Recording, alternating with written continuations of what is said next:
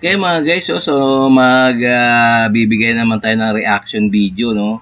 Itong bibigyan natin reaction video, ito mga balitang may init sa ngayon, yung mga balitang napapanahon, lalong-lalo na sa West Philippine Sea. Alam nyo naman na West Philippine Sea, napakainit na issue ngayon yun, ha? Dahil itong mga Chino, gusto nang sakupin ang ating teritoryo, ang West Philippine Sea. So talaga nakakabwisit to, no? Itong lintik na Chino na to. So ito bibigyan natin reaction to, no? So please guys, so kung bago ka pa lang sa aking channel, please like and subscribe na lang muna sa ating YouTube channel. Okay?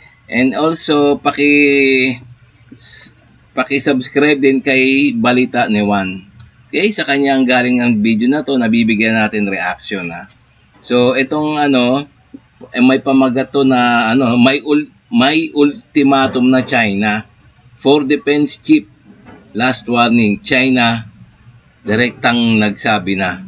Yun, no? So ibig sabihin may ultimatum na sa China na yung apat na defense chief, alam nyo naman ang apat na defense chief, ang malalakas na bansa rin to, no? May nag-last warning na. So mas mabuti pa natin i-play natin to, umpisa na natin para magkaroon tayo ng reaction, okay?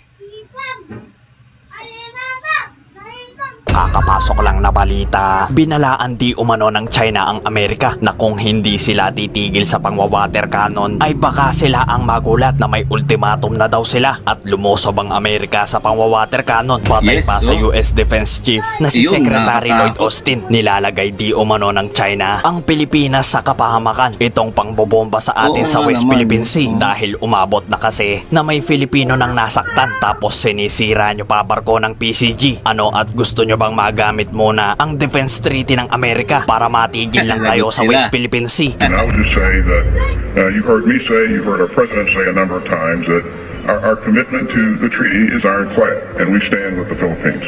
You know, we've been very clear to everyone, to include Beijing, that the kind of behavior that we've seen, Filipino crews are put in danger, where sailors have been injured.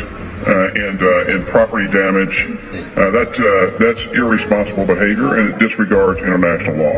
We are very conscious of the fact that tignan nyo naman, itong American chief na isa ring nabubwisit na, no, sa China sa pangbubomba ng water cannon.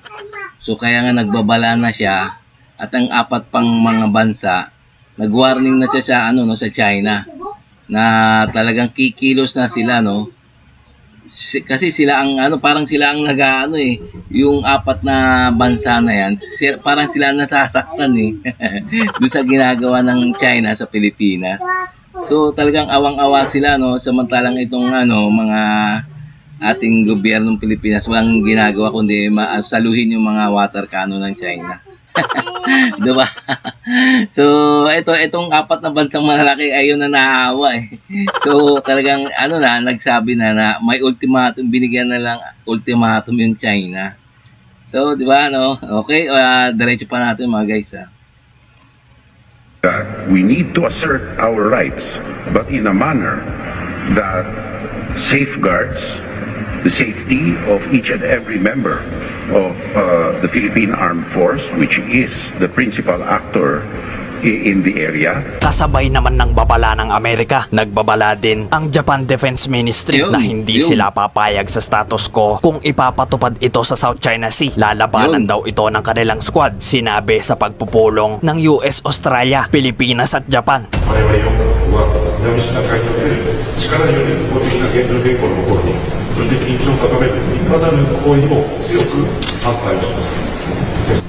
Ayun, no? Tignan nyo naman, mismo maski ang Japan, talagang nagbigay na rin ng ultimatum, nagbigay na rin ng komentaryo, hindi lang komentaryo, yung talaga action niya, komentaryo sabay action. Ayan ang Japan.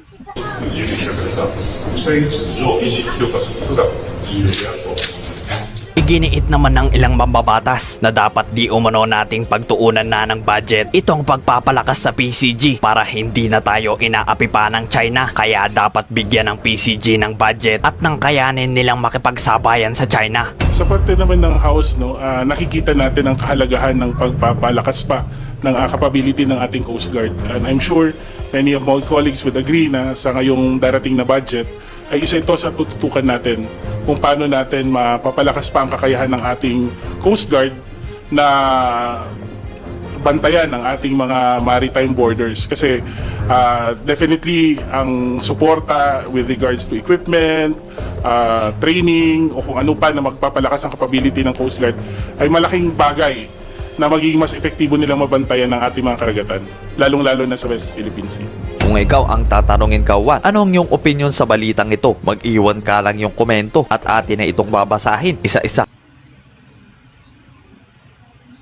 Okay, no, mga guys, so ano daw, sabi ng bibigay ng prioridad, ang bibigyan ng prioridad ang Philippine Coast Guard, no? Mabibigyan ng malaking budget para pagbili ng mga barko para tapatan ang China. Sana nga totoo 'yan. Alam na naman ang mga Pilipino maraming mga buhaya. Marami sa gobyerno, maraming mga crocodile. So, okay, no? So, itong video na to, no, tingnan nyo naman ang 4 na bansa talagang nagtulong-tulong para bigyan ng ultimatum ang China. Ewan natin sa susunod na na episode. Alam niyo naman yung susunod na episode, susunod na resupply mission o maritime patrol ng Pilipinas. Tingnan natin kung bobombahin uli sila ng China. Ayun okay, abangan natin. Okay, so hanggang dito na lang tayo mga guys. Kung nagustuhan niyo yung mga ganitong mga video, reaction video, please like and subscribe na lang muna sa ating YouTube channel bago tayo magsara. Okay?